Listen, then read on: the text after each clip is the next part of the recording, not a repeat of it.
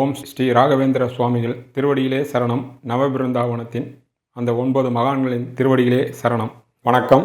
RK Dillibabu பேசுகின்றேன். உலகத் தமிழர்கள் அனைவருக்கும் நீங்கள் அளித்து வருகின்ற மகத்தான ஆதரவுக்கும் அன்புக்கும் மிக்க நன்றி.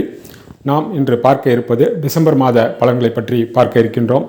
வழக்கம்போல் மிகவும் விரிவாகவும் விளக்கமாகவும் சொல்கின்றோம். நீங்களும் ராசிக்கும் அதேபோல் உங்களுடைய லக்னத்திற்குண்டான ராசிக்கும் பாருங்கள். பார்த்தால்தான் நாங்கள் சொல்கின்ற பலன்கள் உங்களுடைய வாழ்க்கைக்கு ஒத்து வரக்கூடிய அமைப்பாக இருக்கும் என்பதையும் மீண்டும் நாங்கள் தெரிவித்துக் கொள்கின்றோம். இப்போது 12 ராசிகளுக்கும் உண்டான பலன்களை இப்பொழுது நாம் பார்ப்போம். மேஷராசிக்கு டிசம்பர் மாத பலன்களை பார்க்கலாம். உங்களுடைய ராசிநாதன் நாளிலே நீசமாகவும் அடைந்து நீசபங்கமாகவும் அடைந்திருக்கின்றார். ராசிக்கு நாளில் இருப்பது ஒரு வகையில் நீசபங்கம் என்றால் அவருடைய உச்சராசிநாதனுடைய சனியினுடைய சாரத்தை வாங்கியிருக்கின்றார். ஏனென்றால் சனியினுடைய வீட்டில்தான் செவ்வாய் உச்சமாவார். அந்த காரணத்தின் அடிப்படையாக அவர் பூசம் நட்சத்திரத்தின் சாரத்தில் நிற்பதினால் நீசபங்கமும் அடைந்திருக்கின்றார். அதனால் 1ஆம் வீட்டு பலனான மதிப்பு, மரியாதை, அந்தஸ்து, கௌரவம், பேர் புகழுக்கு எந்த விதமான சங்கடங்களும் வராது. அதே வேளையில் நீசமாக இருப்பதினால் உங்கள் சொந்த ஜாதகத்தில் ராசிநாதன் செவ்வாய் நீசமடைந்து அதற்குண்டான தசாபுத்தி நடந்தால் உடல் நலத்தில் கட்டாயம் நீங்கள் கவனம் செலுத்த வேண்டியது இருக்கும் என்பதையும் கவனத்தில் கொள்ள வேண்டிய விஷயமாகும்.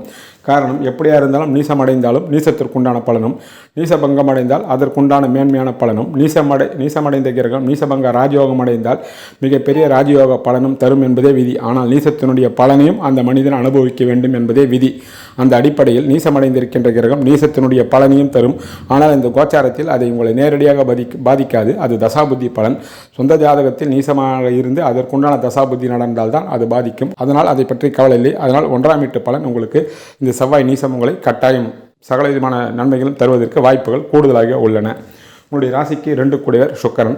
அவர் ஒரு நாள் மட்டும் பரிவர்த்தனையாக இருக்கின்றார். அதாவது 2 கூடையவரும் 9 கூடையவரும் மறுநாள் அவர் 10ற்கு வந்து விடுகின்றார். 2ஆம் வீட்டு அதிபதி தான் வீட்டிற்கு 9லே இருந்து அவருக்கு வீடு கொடுத்த கிரகம் ஆட்சியாக இருந்து தனஸ்தானாதிபதியான சுக்கிரனை தனக்காரனான குரு பகவான் பார்ப்பதினால் 2ஆம் வீடு பலன்கள் மிக மிக பெரிய அளவிலே உங்களுக்கு கை கொடுக்கும். குறிப்பாக இந்த டிசம்பர் மாத பலன்களில் மேஷ ராசியாக இருந்தாலும் சரி, அது மேஷ லக்னமாக இருந்தாலும் சரி, தனப்பிராப்தி பெரிய அளவிலே கை கொடுக்கும். பொருளாதார உயர்வு, பணவரவு வரும். குடும்பத்தில் சுப நிகழ்ச்சிகள் கட்டாயம் நடப்பதற்குண்டான அத்தனை விதமான யோகங்களும் அதற்குண்டான வேலைகளும் கட்டாயம் நடக்கும். பலருக்கு குடும்பங்கள் சுப விசேஷங்கள் கலந்து கொள்ளக்கூடிய வாய்ப்பும், நீண்ட நாட்களாக தடைப்பட்டு இருந்த சுப நிகழ்ச்சிகள் உங்கள் குடும்பத்தில் நடக்கும். வீட்டிற்கு தேவையான ஆடம்பர பொருட்கள், பொன் பொருட்கள், தங்க நகைகள் வாங்கக்கூடிய யோகமும் பண அபிவிருத்தியும் கட்டாயம் உண்டாகும். இந்த காலத்தில் கடன்கள் இருந்தால் அந்த கடன்களை முற்றிலுமாக அடைத்து விடுவதற்கு நல்ல ஒரு வாய்ப்பு. அதை சரியான முறையில் நீங்கள் கட்டாயம் மேஷராசிக்காரர்கள் பயன்படுத்தி கொள்ள வேண்டும். அதே வேளையில் உங்களுடைய சிந்தனையாலும் செயலாலும் எதிர்பாராத திடீர் அதிர்ஷ்டத்தாலும் பலவிதமான எண்ணங்களும் கனவுகளும் நிறைவேறுவதற்கு வாய்ப்புகளும் உள்ளது. புதிய நண்பர்களுடைய வருகையும் பலர் விஐபிகளுடைய தொடர்பும் கிடைக்கலாம். உங்களுடைய சொல்லுக்கே ஒரு மரியாதையை உண்டாகக்கூடிய வாய்ப்புகள் கட்டாயம் உண்டாகும். சொல்லினாலும் செயலாலும் பலவிதமான நன்மைகள் நிறைவேறுவதற்கு வாய்ப்புகள் கூடுதலாக உள்ளது. சரியான முறையில் நீங்கள் பயன்படுத்தி கொள்ளலாம். அதற்கு அடிப்படை காரணமே குருவும் சுக்கிரனுமே என்பதையும் நினைவில் கொள்ளுங்கள்.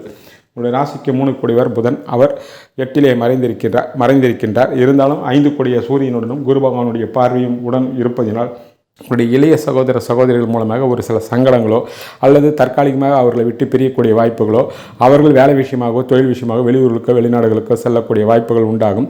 அவருடைய வாழ்விலும் வளங்களும் வசந்தங்களும் உண்டாகும். அதற்கு முக்கியமான காரணம் சூரியனுடைய சேர்க்கையும் குரு பகவானுடைய பார்வையுமே அமைகின்றது. ஏதோ அவர்கள் அவருடைய வாழ்க்கையில் உங்களுக்கு சுபவீரியங்கள் ஏற்படலாம். ஒன்றாக இருந்தால் விட்டு கொடுத்து செல்ல வேண்டும். இல்லை என்றால் தேவையற்ற சர்ச்சைகள் வருவதற்கும் வாய்ப்புகள் உள்ளது. இதேபோல் நண்பர்களிடத்திலும் நீங்கள் இனிமையாக பழக வேண்டும். இல்லை என்றால் அவர்களிடத்திலும் உங்களுக்கு பிரச்சனைகள் வரலாம். அவருடைய ராசிக்கு 4 கூடையவர் கடகம். அவர் சந்திரன். அந்த வீட்டதிபதி சந்திரன். அவர் 4 கிரகம். 4லே ராசிநாதன் செவ்வாய் இருப்பதினாலும் குரு பகவானுடைய பார்வை செய்வதனாலும் 4ஆம் வீடு ஒரு வகையில் வலிமை அடைகின்றது. வீடு, வண்டி, வாசல், வாகனங்கள் வாங்குவது, விற்பது, குடியிருப்பு மாற்றம், அலுவலகங்கள் மாற்றம், புதிய ஆடம்பரமான வாழ்க்கை வாழ்வதற்குண்டான அத்தனை விதமான வாய்ப்புகளும் வசதிகளும் பலருக்கு உருவாகலாம். பலருக்கு கடல் கடந்து செல்லக்கூடிய வாய்ப்புகளும் இன்ப சுற்றுலா செல்லக்கூடிய வாய்ப்புகளும் உண்டாகலாம். தாயாருடைய ஆசைகளும் கனவுகளும் நிறைவேறலாம். படிக்கின்ற மாணவ மாணவிகள் கூடுதலான கவனத்தை செலுத்த வேண்டும். படிப்பில் இல்லை என்றால் தங்கு தடைகள், ஏதோ ஒரு வகையில் கவனச்சிதறல் ஏற்படுவதற்கு வாய்ப்புகள் உண்டாகும். ஆக 4ஆம் வீட்டின் மூலமாக வீடு, வண்டி, வாசல், வாகனங்கள் மூலமாக சுபவீரியங்களும் சுபிட்சங்களும் ஏதோ ஒரு வகையில் உங்களுக்கு கட்டாயம் அரவணைக்கும். அதற்கு காரணம் 4ஆம் வீட்டை சுக்கிர பகவான் பார்வை செய்வதும் நாளிலே நீசபங்கம் அடைந்த செவ்வாய் இருப்பதே அதற்கு முழு காரணமாக அமையும்.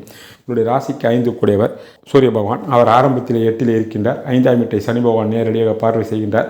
5ஆம் வீட்டை சனி பகவான் பார்வை செய்தாலும் 5ஆம் வீட்டு அதிபதி 8 இருந்தாலும் அவரை குரு பகவான் பார்வை செய்வதனாலும் அவர் ராசிக்கு 8 மறைந்திருந்தாலும் ராசிநாதன் செவ்வாய்க்கு அவர் 5 இருக்கின்ற காரணத்தினால் 5ஆம் வீடு வலிமை பெறுகின்றது. 16ஆம் தேதி வரை குரு பகவானுடைய பார்வை நேரடியாக சூரியனுக்கு கிடைப்பதனால் புதனாதித்ய யோகமும் சிவராஜ் யோகமும் உங்களுக்கு உண்டாவதினால் உங்கள் கனவுகளும் ஆசைகளும் திட்டங்களும் நிறைவேறும். உங்களுடைய புத்திசாலித்தனத்தால் பலவிதமான காரியங்களை நீங்கள் சாதிப்பீர்கள். உங்களுடைய பிள்ளைகளுடைய வாழ்விலும் வளங்களும் வசந்தங்களும் கட்டாயம் வீசும். அதே வேளையில் 5ஆம் வீட்டை சனி பகவான் பார்ப்பதினால் ஒரு சில சங்கடங்களும் பிள்ளைகள் மூலமாக வரலாம். தசாபுத்தி சரியில்லாதவர்களுக்கு பிள்ளைகளை பற்றி வருத்தமும் சாதகமாக இருப்பவர்களுக்கு குரு பகவானுடைய பார்வை சூரியன் வழங்குவதால் உங்கள் கனவுகளும் ஆசைகளும் திட்டங்களும் நிறைவேறி பெரிய அளவிலே உங்கள் மனசை சந்தோஷப்படுத்தக்கூடிய பலவிதமான வெற்றி செய்திகளும் சுபிட்சங்களும் கட்டாயம் தழுவிக்கொள்ளும். அது உங்களுடைய பிள்ளைகளுடைய வயதை பொறுத்து அந்த சுப நிகழ்ச்சிகள் கட்டாயம் நடப்பதற்கு கூடுதலாக வாய்ப்புகள் உள்ளன. உங்களுடைய ராசிக்கு 6 கூடியவர் புதன். அவர் 8 இருக்கின்றார். 6 ராகுவும் கேது சம்பந்தத்துடன் குரு பகவானுடைய பார்வையும் இருக்கின்றது. 6ஆம் வீட்டின் மூலமாக எத்தனை விதமான போட்டி போராயம் வம்பு வழக்குகள் வட்டி பிரச்சனை என்று 6ஆம் வீட்டுக்கு மூலமாக எத்தனை கெடுபலங்கள் இருந்தாலும் அத்தனையும் நீங்கள் தாண்டி வெற்றி பெறுவீர்கள். அதற்கு 6 இருக்கக்கூடிய கேது பகவானும் குரு பகவானுடைய பார்வையும் கை கொடுக்கும். 6ஆம் வீட்டு அதிபதி 8 மறைந்ததால் 6ஆம் வீட்டு கெட்ட பலங்கள் முற்றிலுமாக உங்களை விட்டு விலகிவிட்டது. எதுவும் இந்த மாதம் உங்களை பண்ணாது என்பதை நீங்கள் நிச்சயமாக நம்பலாம். உங்களுடைய ராசிக்கு 7 கூடியவர் சுக்கிர பகவான்.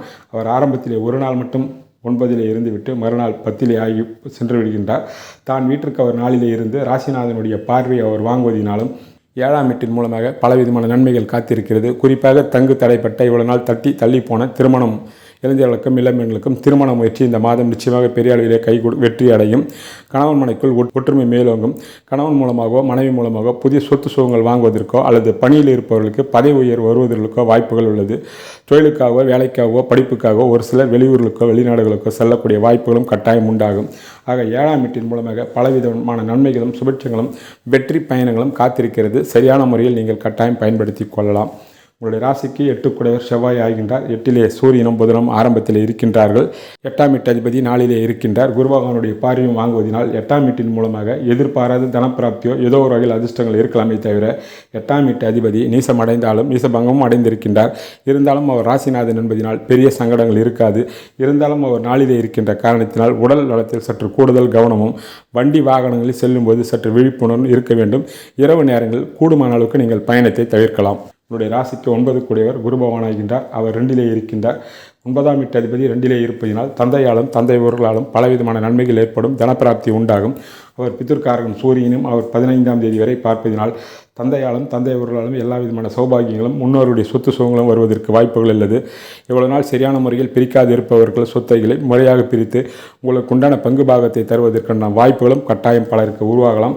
அதனால் ஒரு சிலருக்கு பிரச்சனைகளும் சண்டை சச்சரவுகளும் வரலாம். பிறகு 15ஆம் தேதிக்கு பிறகு சூரியன் குருவினுடைய வீட்டில் தனுசில் மாறிய பிறகு பிரச்சனைகள் சுமூகமாக தீர்க்கப்படுவதற்கு வாய்ப்புகள் உள்ளது.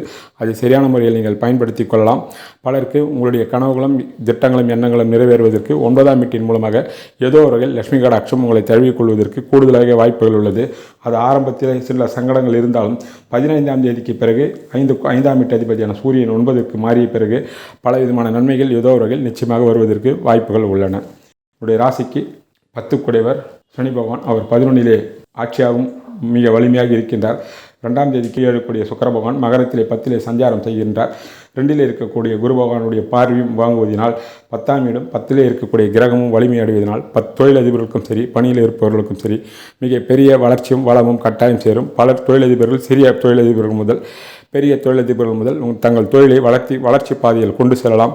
தொழிலதிபர்களுக்கு மிக பெரிய வளர்ச்சியும் முன்னேற்றமும் கட்டாயம் உண்டாகும். உங்களுடைய கனவுகளும் ஆசைகளும் உங்களுடைய தொழில் கனவுகள் நிறைவேறுவதற்கு வாய்ப்புகள் உள்ளது. அடிக்கடி தொழில் நிமித்தமாக வெளியூர்களுக்கோ வெளிநாடுகளுக்கோ செல்ல வேண்டியது இருக்கும். அரசாங்க பணியிலும் தனியார் பணியிலும் இருப்பவர்கள் நீங்கள் விரும்பிய இடங்களுக்கு இடமாற்றங்கள் உண்டாகும். பலருக்கு பதவி உயர்வுகள் உண்டாகும். அதன் மூலமாக உங்களுடைய வாழ்க்கை தரமும் பொருளாதார மேன்மையும் உருவாவதற்கு வாய்ப்புகள் உள்ளது. சரியான முறையில் நீங்கள் கட்டாயம் பயன்படுத்தி கொள்ளலாம். ராசிக்கு 11 கூடியவர் சனி பகவான் ஆகின்றார். அவர் மிகவும் வலிமையாக இருக்கின்ற காரணத்தினால் எண்ணிய எண்ணங்கள் ஈடேறும். பிரிந்திருந்த கணவன் மனைவிகள் ஒன்று சேரலாம்.